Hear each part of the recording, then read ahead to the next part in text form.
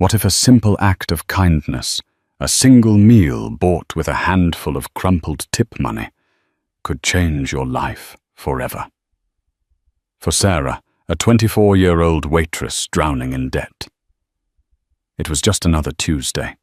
She saw an elderly dishwasher, his hands raw, and his eyes full of a quiet sorrow, about to eat nothing for lunch. She couldn't let that happen. What she did next, a small gesture she thought no one noticed, set in motion a chain of events, so unbelievable it defies logic. Hours later, the thundering sound of a helicopter wasn't a movie scene.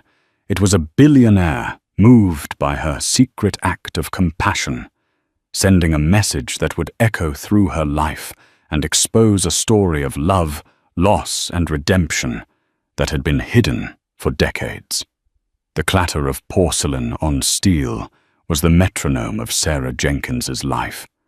It was a frantic, unceasing rhythm that dictated the pace of her steps, the speed of her thoughts, and the ache that settled deep in the arches of her feet. Aurelia, the restaurant that employed her, was a temple of modern gastronomy in the heart of downtown Chicago. Its patrons wore their wealth like a second skin. Their conversations a low, confident hum beneath the soaring ceilings and the soft glow of artisanal light fixtures. They spoke of mergers and Monaco, of summering in the Hamptons, and the thread count of their bed linens. Sarah spoke of Table 12's allergies and Table 7's need for more bread. At 24, she felt an eternity away from the girl who had arrived in the city with a fine arts degree and a portfolio full of charcoal sketches. The dream then was of gallery openings and critical acclaim. The reality now was the scent of truffle oil clinging to her uniform and a mountain of student loan debt that felt like a physical weight on her shoulders. Every shift was a frantic scramble for tips, a mental calculus of smiles, upsells, and feigned familiarity. Each dollar was a tiny chip off that mountain, a single grain of sand against a monolithic cliff face. Her world was divided into two distinct zones, the gilded cage of the dining room and the chaotic, steaming inferno of the kitchen. It was in the narrow corridor that connected these two worlds that she often saw him. His name was Javier Morales. He was a man who seemed to have been carved from old weathered wood, his face a road map of a life lived hard. He was 60, maybe older, with a stoop in his shoulders that wasn't just from age, but from the endless hours spent bent over the industrial-sized sink. His hands were the most shocking part of him. They were perpetually red-chapped and swollen, the skin broken in places from the constant exposure to scalding water and harsh chemicals. They were the hands of a man locked in a Sisyphean battle against the grease and grime of other people's luxury. Javier was the head dishwasher, a title that felt both grand and absurd. He was the king of a forgotten kingdom, a ghost in the machine of Aurelia's culinary excellence. He rarely spoke, communicating mostly through weary nods and the occasional fleeting smile that never quite reached his tired brown eyes. The younger kitchen staff, a boisterous crew of aspiring chefs and line cooks, mostly left him alone, their youthful energy a stark contrast to his silent endurance. Sarah, however, couldn't ignore him. In his quiet dignity, she saw a reflection of her own father, a man who had worked himself into an early grave at a factory, his hands bearing similar scars of sacrifice. She made a point to greet Javier every day, a cheerful hello Javier that was often met with just a slight upward tilt of his head. Still, she persisted. It felt important somehow to acknowledge the man everyone else looked through. This particular Tuesday was especially brutal. A major convention was in town, and Aurelia was slammed. The kitchen was a pressure cooker of shouted orders, sizzling pans, and the guttural roar of the exhaust hoods. Sarah moved like a blur, a ballet of efficiency and grace, her smile stretched thin, but holding steady. By 2:30 p.m., when the lunch rush finally began to ebb, a bone-deep weariness had set in. She had cleared over 20 tables, refilled countless glasses of water, and absorbed the condescending tone of a hedge fund manager who had complained that his steak cooked medium rare as requested was psychologically underdone. Her tips for the shift so far were a crumpled collection of bills tucked into her apron pocket, 2 20s, a 10, 3 fissimos, and a sad assortment of ones. $79. After her tip out to the busboys and the bartender, she'd be lucky to clear $50 for 5 hours of non-stop, back-breaking, soul-crushing work. It was barely a scratch on her monthly loan payment. She retreated to the staff break area, a cramped, windowless room in the basement that smelled of stale coffee and disinfectant. She was about to unwrap her sad-looking sandwich turkey and wilted lettuce on store-brand bread when she remembered she'd left her water bottle in the kitchen. Trudging back up the concrete stairs, she pushed through the swinging doors into the relative quiet of the post-rush kitchen. The line cooks were wiping down their stations, their earlier frenzy replaced by a languid exhaustion. And there, by the dish pit, was Javier. He was sitting on an overturned milk crate, his back against the grimy tile wall. In his lap, he held a single, dry piece of bread. He was tearing off small pieces and eating them slowly, methodically, as if trying to make the meager meal last. He hadn't gotten a proper break, Sarah realized. The deluge of plates had been so relentless that he hadn't had a moment to step away. He was eating the leftover bread from a table's basket, the kind they were supposed to throw out. Something inside Sarah cracked. It was the injustice of it all. The sheer staggering unfairness. In the dining room, people had just spent thousands of dollars on food they barely touched. A woman at table 9 had sent back a $60 lobster risotto because it had too much lobster. And here was Javier, the man who cleaned up their mess, eating discarded bread. The sight erased her own fatigue, her own financial anxieties. Her problems seemed trivial in that moment.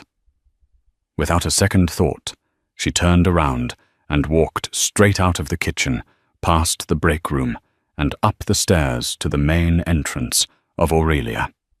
She didn't stop until she was outside on the bustling Chicago street. 2 doors down was a small, family-owned deli Gino's that made sandwiches the size of a forearm. The smell of roasted meats and fresh bread was a siren song. Sarah walked in the bell above the door, chiming her arrival. "The usual, Sarah?" asked Maria Gino's wife, a kindly woman with flour dusting her apron. "Not today, Maria," Sarah said, her voice surprisingly steady. She scanned the menu board, her mind working quickly. She wanted to get him something hearty, something that would feel like a real meal, a feast. "I'll have the Godfather," she said. It was the deli's most expensive sandwich, piled high with prosciutto, mortadella, capicola salami, and provolone drizzled with olive oil and vinegar on a crusty Italian roll. And a large chicken noodle soup, the really hot kind, and a large Coke with lots of ice. "Big lunch today," Maria said with a smile. "It's not for me," Sarah replied, pulling the crumpled bills from her apron. She flattened them out on the counter. The total came to $28.50. More than half of what she had earned so far. It was a significant chunk of her rent money, her grocery money, her everything money. For a fleeting second, a wave of panic washed over her. It was an irresponsible, foolish thing to do. But then she pictured Javier again, sitting on that milk crate with his piece of dry bread. The panic subsided, replaced by a quiet resolve. She handed the money to Maria. Carrying the heavy bag, the warmth of the soup seeping through the paper, she felt a strange sense of lightness. She slipped back into the restaurant, avoiding the eyes of her manager, Gregory Adler, a man whose ambition was matched only by his profound lack of empathy. She went straight to the kitchen. Javier was still there on his crate, though the bread was gone. He looked up as she approached, his expression one of mild surprise. "Hi, Javier," she said softly, crouching down to his level. "I noticed you didn't get a chance to have lunch. I was at the deli next door and I ordered too much. I was wondering if you'd help me out with it. I'd hate for it to go to waste." It was a clumsy lie, but it was the best she could do. She didn't want to embarrass him to make it seem like charity. She held out the bag. Javier stared at her, then at the bag, then back at her. His eyes, usually so clouded with weariness, seemed to clear for a moment. He saw the Gino's Deli logo. He knew what their sandwiches cost. He knew what a waitress made in tips. He saw the lie, but he also saw the truth behind it. He slowly, hesitantly reached out his raw red hand and took the bag. He opened it, and the aroma of the soup and the fresh, cold cuts filled the small space around them. For a long moment, he just looked at the food. A tremor went through his hand. He looked up at Sarah, and his eyes were glistening. Two words, thick with an accent she couldn't quite place, and heavy with emotion, escaped his lips. "Thank you," he whispered. It was more than she had ever heard him say at one time. "You're welcome, Javier," she said, her own throat tightening. "Enjoy it."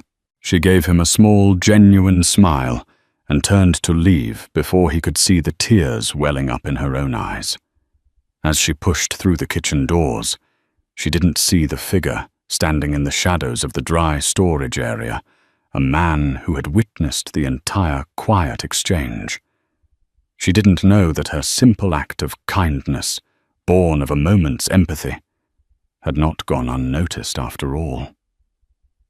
She just went back to work her pocket lighter, but her spirit somehow immeasurably fuller.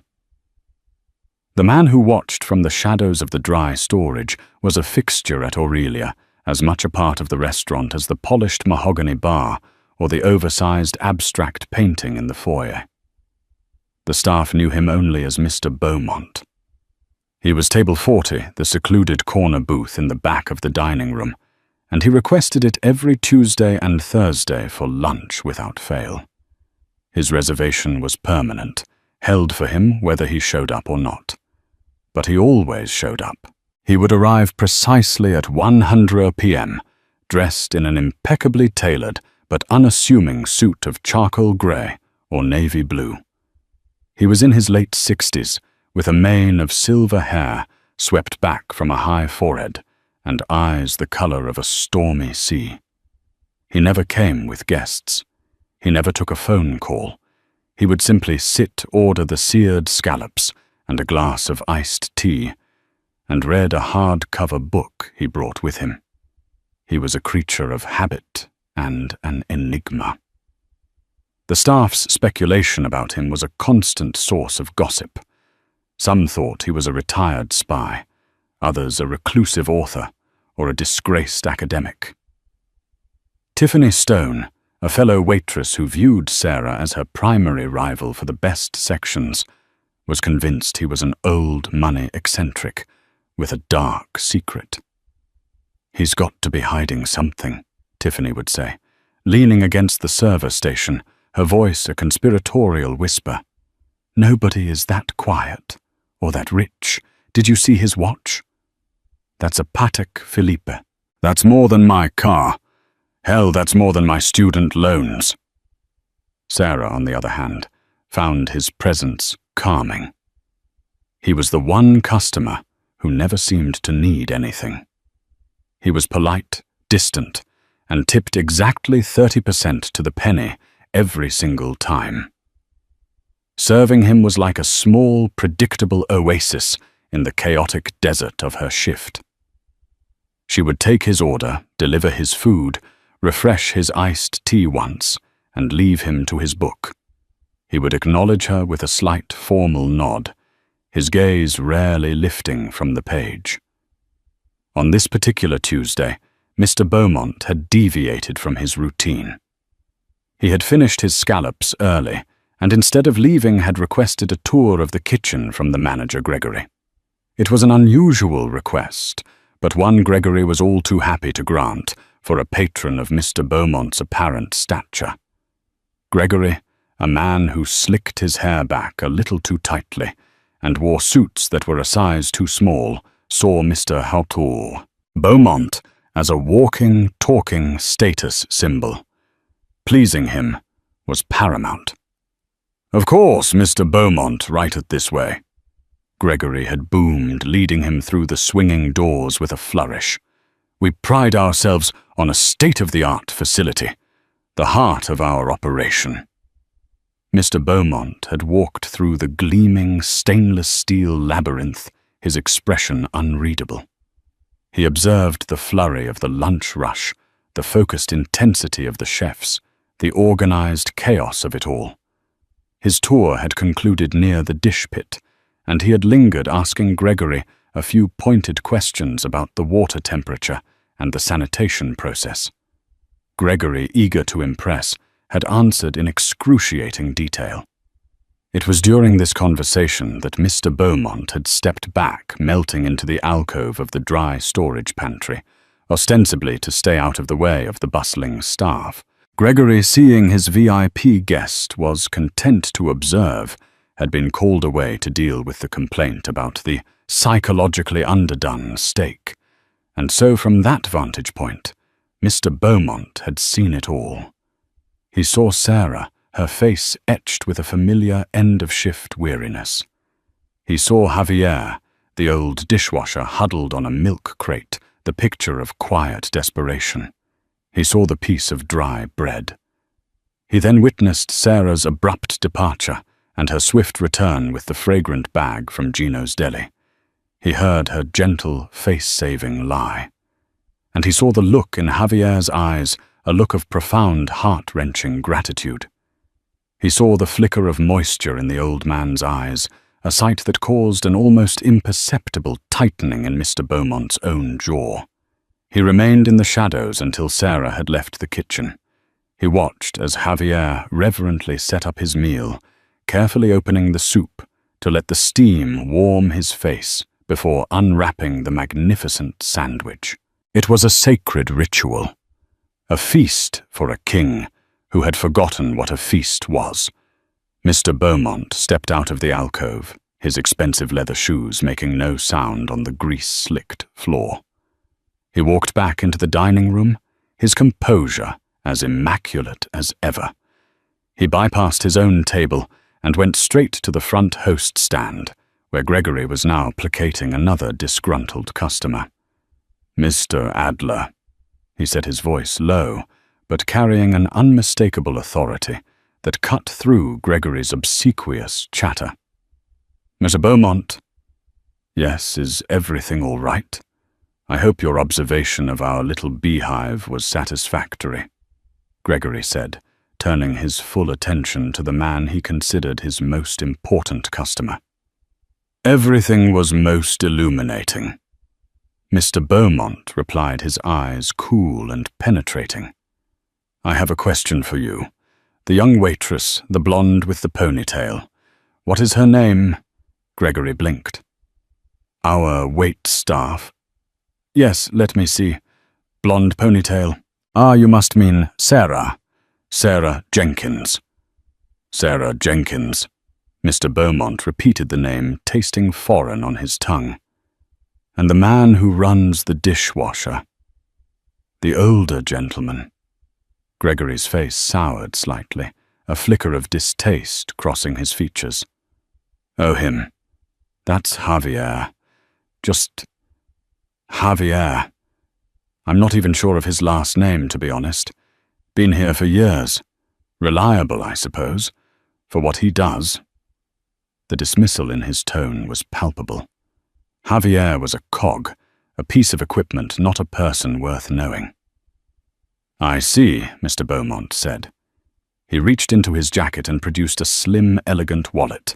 He extracted his credit card. "I'll be settling my bill now." "Of course, Mr. Beaumont. I'll just bring it to your table," Gregory offered. "That won't be necessary. I'll take care of it here." As Gregory ran the card, Mr. Beaumont's gaze drifted across the dining room, landing on Sarah as she deftly cleared a table, stacking plates with an efficiency born of long practice. Her face was set in a neutral mask of professional courtesy, but he had seen behind it. He had seen the flash of genuine compassion that had cost her more than half her day's wages. "Here you are, Mr. Beaumont," Gregory said, handing back the card and the receipt. "And please do let me know if there's anything else at all I can do for you." Mr. Beaumont took the receipt, but didn't sign it yet. He looked directly at Gregory, his stormy eyes seeming to peer into the manager's shallow soul. "Tell me, Mr. Adler," he began, his voice dropping even lower. "What is your policy on staff meals?" The question caught Gregory off guard. Staff meals. Well, employees receive a 50% discount on select menu items. They are to be consumed only during designated break times in the staff area. He recited the rule from the employee handbook as if it were scripture. "And is a piece of discarded bread considered a select menu item?" Mr. Beaumont asked, his voice laced with ice. Gregory's face went pale. He had no idea what Mr. Beaumont was talking about, but the tone of the question sent a chill down his spine. I'm not sure I understand, sir." Mr. Beaumont held his gaze for a moment longer before giving a slight shake of his head. "No," he said almost to himself. "I don't suppose you do." Without another word, he scribbled a signature on the receipt, added his customary 30% tip, and turned to leave. Gregory, flustered and confused, watched him go. He glanced down at the signed receipt and then did a double take. On the tip line, Mr. Beaumont had tipped his usual amount, but on the total line, he had added 2 zeros to the final sum. The bill for his $80 lunch now read as $8,000. Gregory stared at the number, his mind refusing to process it. It had to be a mistake. A slip of the pen. He looked up, ready to run after Mr. Beaumont. But the man was already gone, disappearing into the flow of pedestrian traffic on the bustling Chicago street, leaving behind only a bafflingly large number on a piece of paper and a profound sense of unease in the pit of Gregory's stomach. The manager had no way of knowing that the $8,000 was merely the prelude. The real message was yet to be delivered. The rest of Sarah's shift passed in a blur of exhaustion and gnawing anxiety. The $28.50 she had spent on Javier's lunch was a hole burning in her pocket, a constant reminder of her impulsiveness. It was noble, yes, but nobility didn't pay the electric bill. With every table she cleared, she mentally recalculated her dwindling earnings, the numbers swimming in her head.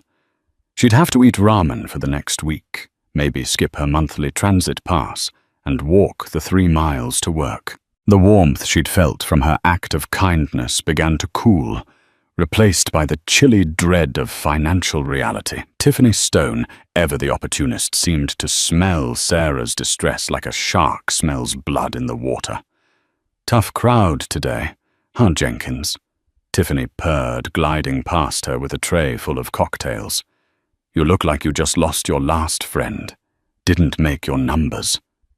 "I'm fine, Tiffany," Sarah muttered, refusing to give her the satisfaction. "If you say so." Tiffany sing-songed, a malicious glint in her eye.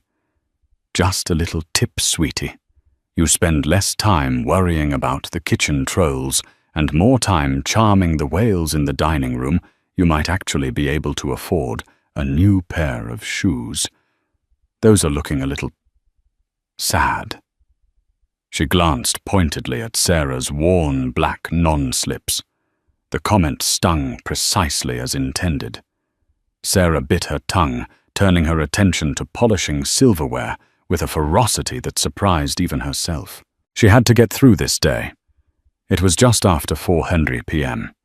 The restaurant was in the quiet lull between the lunch and dinner services, a precious 2-hour window of relative peace.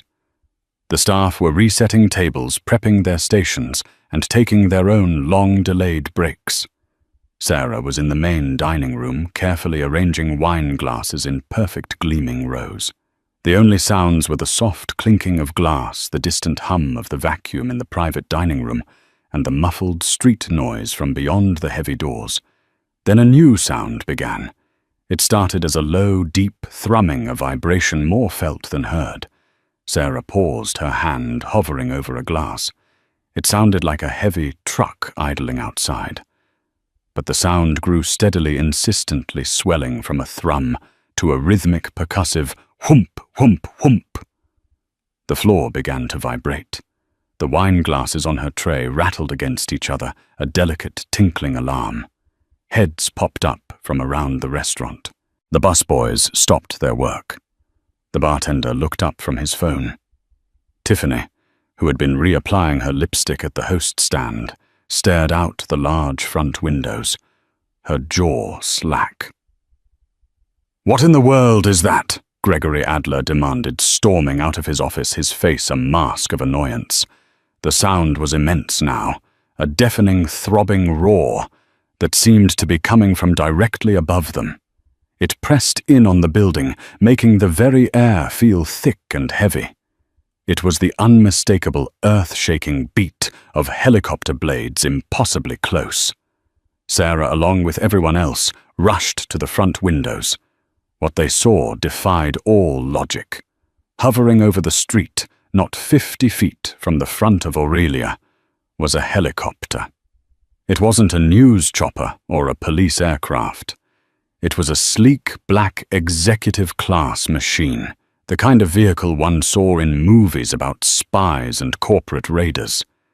Its make was an Augusta Westland AW109, a machine that screamed of unimaginable wealth. The downdraft from its rotors whipped at the trees lining the street, sending leaves and debris scattering. Pedestrians on the sidewalk had stopped in their tracks, their faces turned upward in a mixture of fear and astonishment, their phones held aloft to capture the unbelievable sight. Traffic had ground to a halt. "Is it going to land?" A busboy squeaked, his eyes wide. "It can't land here. This is Michigan Avenue," Gregory yelled, his voice barely audible over the roar. "What is going on? Is this some kind of insane publicity stunt?" He was already fumbling for his phone, ready to call the police, the FAA, anyone who could explain the chaos that had descended upon his obsessively controlled establishment. The helicopter didn't land. It hovered, a predatory bird of steel and carbon fiber, its presence a complete disruption of reality. As the staff of Aurelia stared mesmerized, a side door on the aircraft slid open. A figure appeared silhouetted against the grey sky. It was a man dressed not in a pilot's uniform, but in a sharp, dark suit. He was harnessed to the inside of the aircraft for safety. He held a large, sophisticated-looking tablet. Then something even more surreal happened. The helicopter was equipped with a powerful external speaker system. A voice, amplified and digitally clear, boomed out over the street, cutting through the noise of the rotors. "This is a message for Sarah Jenkins," the voice declared. "Sarah Jenkins, an employee of the Aurelia restaurant." Inside, a collective gasp went through the staff. Every head swiveled to stare at Sarah. She stood frozen, her face as white as the tablecloths she had just laid. The blood had drained from her head, leaving behind a roaring static. Her name. A man in a helicopter was saying her name. It was a dream. It had to be a nightmare. "Sarah," Tiffany whispered, her usual snark replaced by pure, unadulterated shock. "Sarah Jenkins," the amplified voice repeated as if for emphasis. "Mr. Julian Croft sends his compliments. He asks that you please come outside." The name hit Gregory Adler like a physical blow. Croft. Not Beaumont. Julian Croft. The name was instantly recognizable, though the man himself was famously reclusive. Julian Croft was a legend in the world of finance and technology, a titan of industry, a multi-billionaire who had dropped off the public radar years ago after the tragic death of his wife. He was known for his brilliant mind, his ruthless business acumen, and his almost pathological need for privacy. And he was apparently the man the staff knew as the quiet, book-reading Mr. Beaumont, the man who had left an $8,000 tip just a few hours ago. Gregory's mind reeled. Mr. Beaumont was Julian Croft, and Julian Croft had just sent a helicopter for one of his waitresses. "Jenkins, what did you do?" Gregory hissed, his face a mixture of terror and fury. He imagined 1,000 nightmare scenarios. Had she offended him? Was this some bizarre public shaming? Sarah couldn't answer. She couldn't feel her legs. The world had tilted on its axis. The man in the helicopter was beckoning to her. The entire street was now watching the front door of Aurelia, waiting for Sarah Jenkins to emerge. "Go on." Gregory shoved her lightly from behind. "Go. See what he wants, and for God's sake, don't make a scene." Her feet felt like lead blocks. She stumbled towards the door, her mind a complete blank. Pushing it open, the full force of the rotor wash hit her a powerful artificial wind that whipped her blonde ponytail across her face and flattened her apron against her. The noise was overwhelming. She shielded her eyes, taking a few hesitant steps onto the sidewalk. She was the center of a city-stopping spectacle. Hundreds of eyes were on her. Phones were recording her every move. The man in the helicopter raised the tablet he was holding. Its screen was bright visible even in the daylight. On it, in large, clear letters, was a simple message. Your kindness did not go unnoticed. Beneath the words was a picture. It was a still frame clearly taken from a security camera or a hidden device. It was a photo of her crouching in the kitchen, handing the bag from Gino's Deli to Javier Morales. The sight of the photo broke the spell. It wasn't a threat. It wasn't an accusation. It was acknowledgement. The man in the helicopter, the man she now knew, was the billionaire Julian Croft, had seen her. He had seen her buy lunch for Javier. From the helicopter's open door, the man in the suit unclipped a sleek carbon fiber briefcase from a hook. He held it up for her to see. Then with a smooth, practiced motion, he let it go. It wasn't a reckless drop. A thin, high-tensile wire unspooled from the helicopter, guiding the briefcase down with perfect precision. It landed softly, silently, right at Sarah's feet. The man in the suit gave a single sharp nod. The door slid shut. The roar of the rotors intensified as the helicopter began to ascend, rising smoothly above the rooftops of Michigan Avenue.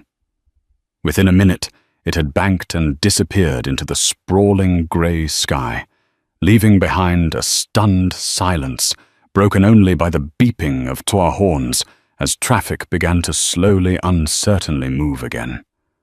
Sarah stood alone on the sidewalk, the wind still swirling around her. The eyes of her co-workers, of strangers of the entire city, it felt like were fixed on her. At her feet lay the briefcase. It was a simple, elegant object, But in that moment, it felt like a mysterious artifact from another world, a world that had just violently and inexplicably collided with her own. And she had no idea what was inside. The aftermath of the helicopter's departure was pure chaos contained within the elegant walls of Aurelia. Gregory Adler, his face fluctuating between shades of crimson and ghostly pale, immediately herded a still-dazed Sarah back inside, snatching the briefcase from her grasp as if it were a live grenade. "My office now!" he barked, his voice tight with panic. The rest of the staff erupted in a cacophony of questions and frantic speculation. Tiffany Stone looked as though she had seen a ghost, her usual venomous expression replaced by one of slack-jawed disbelief and a burning, obvious envy. Sarah felt like she was floating her body, disconnected from the surreal events unfolding around her. She followed Gregory into his cramped office, her legs still unsteady. He slammed the door shut and placed the briefcase on his desk, with a reverence usually reserved for holy relics. "Jenkins." He started pacing back and forth like a caged animal. "You are going to tell me right now what is going on. What is your relationship with Julian Croft?" "I don't have one," Sarah said, her voice barely a whisper. He's Mr. Beaumont. He's table 40. I serve him scallops and iced tea. That's it. I swear." "Don't lie to me," Gregory snapped, pointing a trembling finger at the briefcase. "People like Julian Croft do not send multi-million-dollar helicopters to deliver briefcases to waitresses they just serve scallops to." "What did you say to him? What did you do?" "I didn't do anything," Sarah insisted, her own fear giving way to a flicker of frustration. I bought Javier lunch. That's all. The picture on the tablet. That's what this is about." Gregory stopped pacing and stared at her, his mind struggling to connect the dots between a billionaire, a helicopter, and a dishwasher's lunch. The sheer absurdity of it was too much for his linear transactional worldview. You bought the dishwasher a sandwich, and the richest man in Illinois sends an aerial courier service that makes no sense. Before Sarah could respond, there was a sharp knock at the office door. Gregory threw it open to find a woman standing there.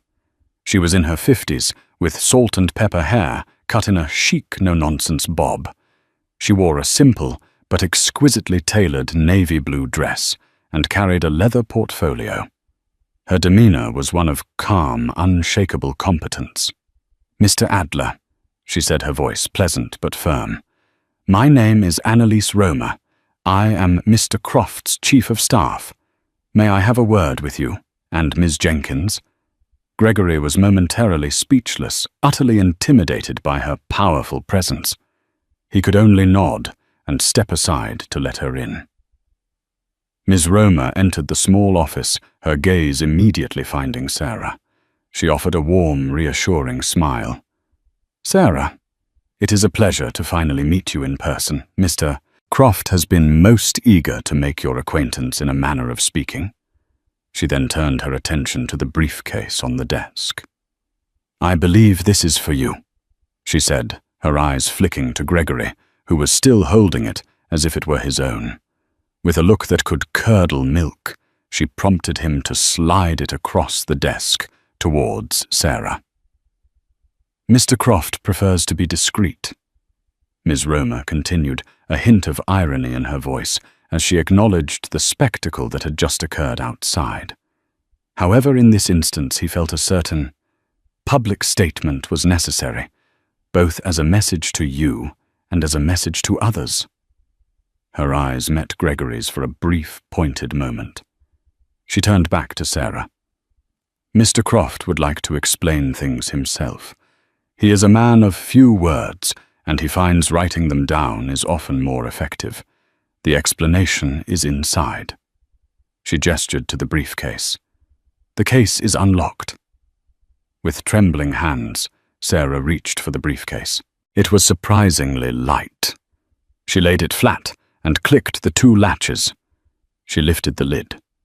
The contents were simple and unexpected. There was no cash, no gold bars, no secret documents. Instead, nestled in the plush, custom-molded interior, were 2 items.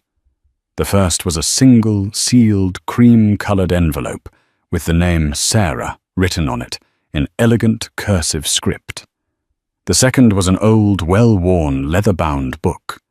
It was a copy of Don Quixote by Miguel de Cervantes. Sarah stared at the book confused. Ms. Romer smiled gently. That was his wife's favorite book. Please, read the letter. Sarah picked up the envelope. The paper was thick and expensive. She broke the seal and unfolded the single sheet inside. The text was not typed, but handwritten in the same elegant script as her name. Dear Ms. Jenkins, I must apologize for the rather dramatic method of this delivery. Forgive an old man his eccentricities. I have found in my life that grand gestures are sometimes the only way to make a point clear. My name is Julian Croft. For years you have known me as Mr. Beaumont. I come to your restaurant seeking something that is in very short supply in my world-quiet anonymity. You and the staff at Aurelia have always graciously afforded me that. But today, you afforded someone else something far more valuable, dignity. You may wonder why your simple act of kindness towards Mr. Javier Morales prompted such a response from me. The reason is a woman named Eleanor, my late wife. 45 years ago, I was not Julian Croft, the billionaire. I was Julian Croft, a scholarship student at the University of Chicago, so poor I often had to choose between buying a textbook or buying a meal. I was proud and foolish, and I told no one of my struggles. I worked as a dishwasher in a small diner in Hyde Park to make ends meet. It was grueling, thankless work. My hands were raw, my spirit was weary, and my stomach was often empty. There was a waitress there. Her name was Eleanor. She was bright and funny, and she had eyes that saw more than most people. She saw my worn-out shoes. She saw me passing on staff meals I couldn't afford, even at a discount. She saw my hunger. One day, just like today, I was sitting in the alley behind the kitchen about to eat a dry heel of bread I'd saved from the trash, and Eleanor came out with a bag. She'd bought me a huge roast beef sandwich and a slice of apple pie from the bakery down the street with her tip money. She used the same excuse you did. She said she'd ordered too much. I knew she was lying. I knew that money was probably her bus fare for the week. That sandwich, Miss Jenkins, was the most important meal of my life. It wasn't just food. It was proof that someone saw me, that I mattered, that kindness existed in a world that felt cold and indifferent. That act of grace gave me the strength to keep going. It lit a fire in me. Eleanor and I fell in love. We married a year later. The company I would later build the fortune I would amass, it was all built on a foundation of her belief in me. It all started with a single sandwich bought with a handful of tips. Eleanor passed away 5 years ago. I lost my compass, my partner, my reason. I retreated from the world. I have spent these past years living in a quiet grey twilight, surrounded by wealth that means nothing without her to share it with. Today in your kitchen, I saw Eleanor again. I saw her compassion, her grace, her innate goodness living on in you. You didn't do it for an audience. You did it because it was the right thing to do. You saw a fellow human being struggle, and you answered it with your own sacrifice, no matter how small you may have thought it was. You reminded me of the man I was, and the woman who saved me. You woke me up from a long sleep. For that, I am in your debt. What you do with the contents of this case is up to you. I hope you will see it not as a payment, but as a transference of a legacy. Eleanor's legacy of kindness. Sincerely, Julian Croft. Tears were streaming down Sarah's face as she finished the letter. She looked up at Miss Roma, who was watching her with gentle, understanding eyes. Gregory Adler stood frozen, the letter's contents having rendered him completely silent, his face a canvas of shock and dawning shame. "The book," Sarah whispered, her voice choked with emotion. It was the copy Eleanor carried with her the day she met him. Ms. Roma explained softly. "He wanted you to have it. He said Eleanor always believed in tilting at windmills." Sarah gently touched the worn leather cover of Don Quixote.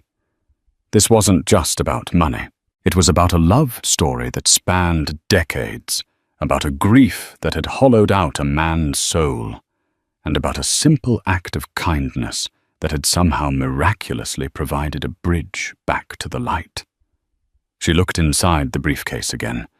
Beneath the custom molding that held the book and the letter was a false bottom. She lifted it. Underneath was not a pile of cash, but a series of official-looking documents and a single platinum credit card. The top document was a letter from a prestigious financial institution. It was addressed to Miss Sarah Jenkins. It stated that a trust fund named the Eleanor Foundation had been established in her name. The initial endowment was for $1 million. The $1 million figure hung in the air of Gregory Adler's tiny office, a number so vast and incomprehensible it seemed to suck all the oxygen out of the room. Sarah stared at the documents, her mind unable to process the string of zeros. $1 million. It was an abstract concept, a lottery winner's fantasy. It wasn't something that happened to waitresses who sketched charcoal drawings in their spare time and worried about their electric bills. Gregory, who had been rendered mute by the emotional weight of Croft's letter, was suddenly jolted back to life by the stark, beautiful reality of the money. His brain, which had short-circuited when faced with concepts like love and legacy, rebooted instantly at the scent of wealth. Avarice, a language he understood perfectly, flooded his system. $1 million. He breathed his eyes wide and fixed on the documents in Sarah's hands. His expression shifted from shock to something Sarah had seen many times before, the predatory, calculating look of a man about to make an aggressive sales pitch. "Sarah," he said, his voice now slick and friendly, a complete reversal of his earlier panic. This is incredible. Truly. And it's all thanks to the environment we foster here at Aurelia. An environment of service, of paying attention to the details, to our entire team. Annalise Roma arched a single, perfectly sculpted eyebrow. "Is that so, Mr. Adler?" Gregory ignored her, his focus entirely on Sarah. "Think about it. This gesture, this wonderful, wonderful gift, it's a reflection on the restaurant, on all of us. Mr. Croft is a valued patron, and his satisfaction is our top priority.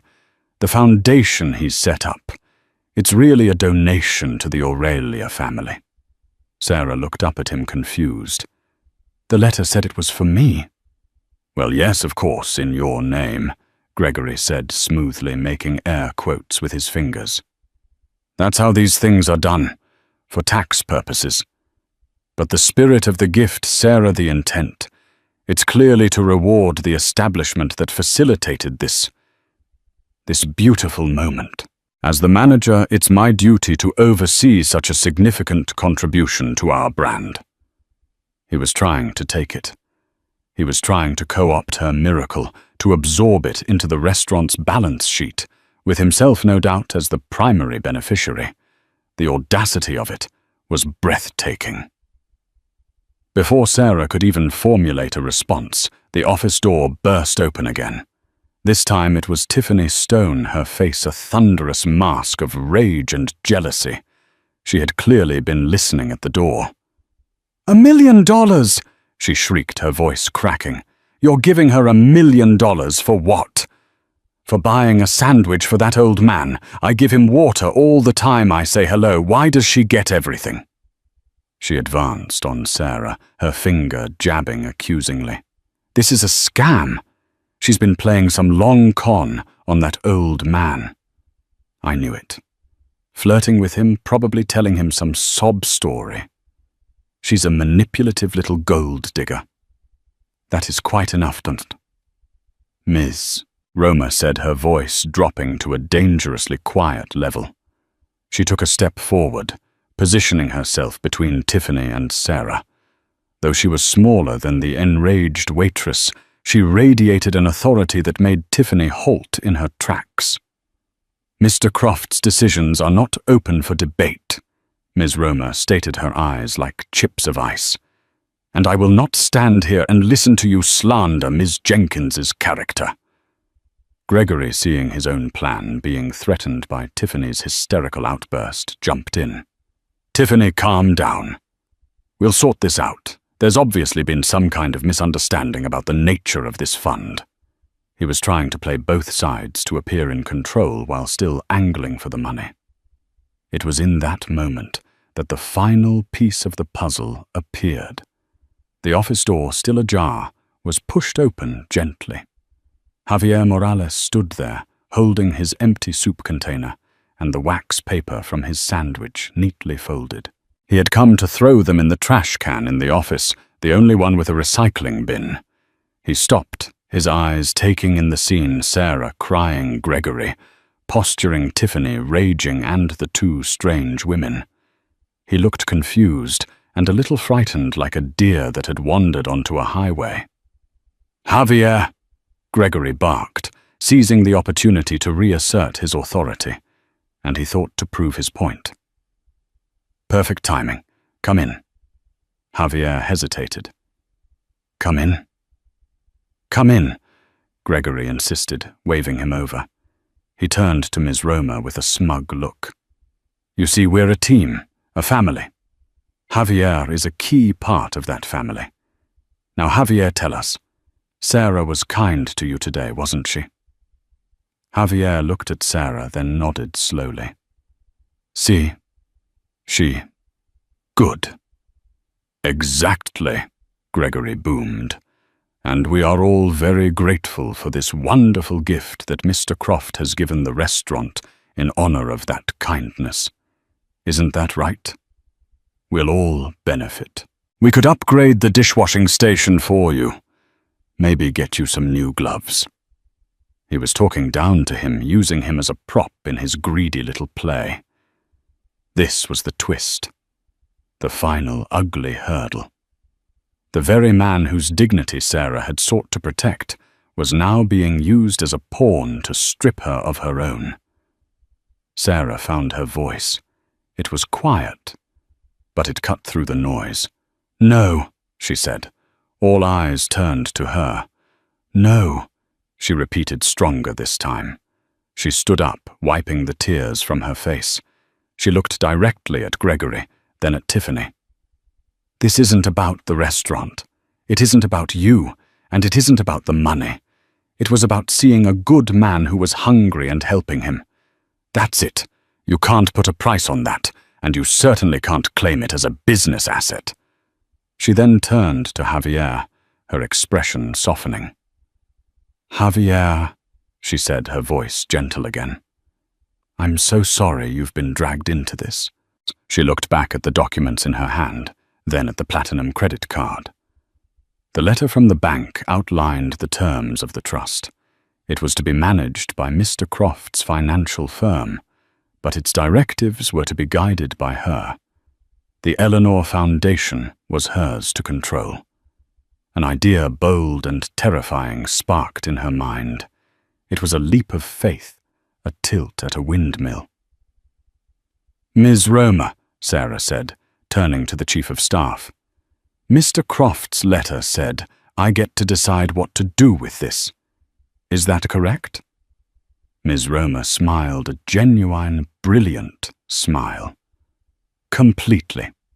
The Foundation's charter gives you full discretionary power over its projects and disbursements, so long as they align with the core principle of furthering human kindness. Sarah took a deep breath. Okay. She walked over to Javier, who looked at her with wide, uncertain eyes. She ignored the sputtering protestations from Gregory and the venomous glare from Tiffany. Javier, she began, her voice clear and steady. What is your last name? Morales, he whispered. Javier Morales, Sarah repeated. Where are you from, Javier? He swallowed, seeming to find a piece of his voice that had been lost for years. I am from a small village near Oaxaca in Mexico, a long time ago. Were you always a dishwasher, Javier? Sarah asked gently. A shadow passed over his face, a deep, ancient sadness. No, he said, his voice cracking. In my village, I was a teacher. I taught the children to read. The confession hung in the air, a stunning revelation. Gregory Adler scoffed, a disbelieving smirk on his face, but Sarah and Ms. Roma looked at him with newfound respect. My village. Javier continued, his voice gaining a little strength, as if speaking of it brought it back to life. It was destroyed, a flood, many years ago. My school, my home, everything. I came here to this country with nothing. No papers, no English. The only work I could find. He gestured with his raw red hands, the words unnecessary. Sarah felt a wave of emotion so powerful it almost buckled her knees. This quiet, overlooked man was a teacher. A man who had once shaped young minds was now scraping dried hollandaise sauce off plates. The injustice of it was a physical pain. She knew what she had to do. It was reckless and impulsive, just like buying the sandwich, and it felt just as right. Ms. Romer, Sarah said, her voice ringing with newfound authority. My first act as the head of the Eleanor Foundation is this. She turned to face Javier Morales. Javier, would you like to go home? Javier stared at her, uncomprehending. Home. Back to your village, or what's left of it, Sarah clarified. Mr. Croft's letter talked about a legacy of kindness. I think the best way to honor that is to correct a wrong. We are going to use this foundation to rebuild your school. We'll build a library and name it after Eleanor Croft. We'll fill it with books, and we are going to fund it and offer you the position of headmaster with a full salary for the rest of your life if you'll take it. Silence. Complete, stunned silence. Javier Morales looked at the 24-year-old waitress as if she were an angel. His face, a mask of weary resignation for so many years, began to crumble. His lips trembled, and a single large tear traced a path through the weathered lines on his cheek. He tried to speak, but only a choked sob emerged. He nodded his head, a gesture of such profound, overwhelming acceptance that it was more powerful than any words.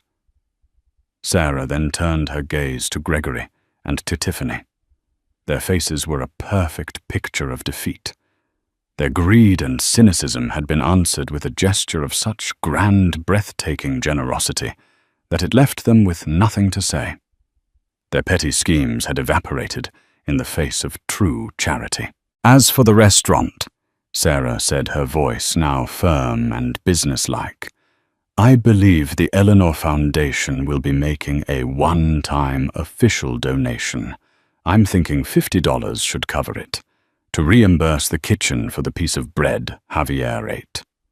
Ms. Roma let out a short, sharp laugh of pure delight. She looked at Sarah, her eyes shining with admiration.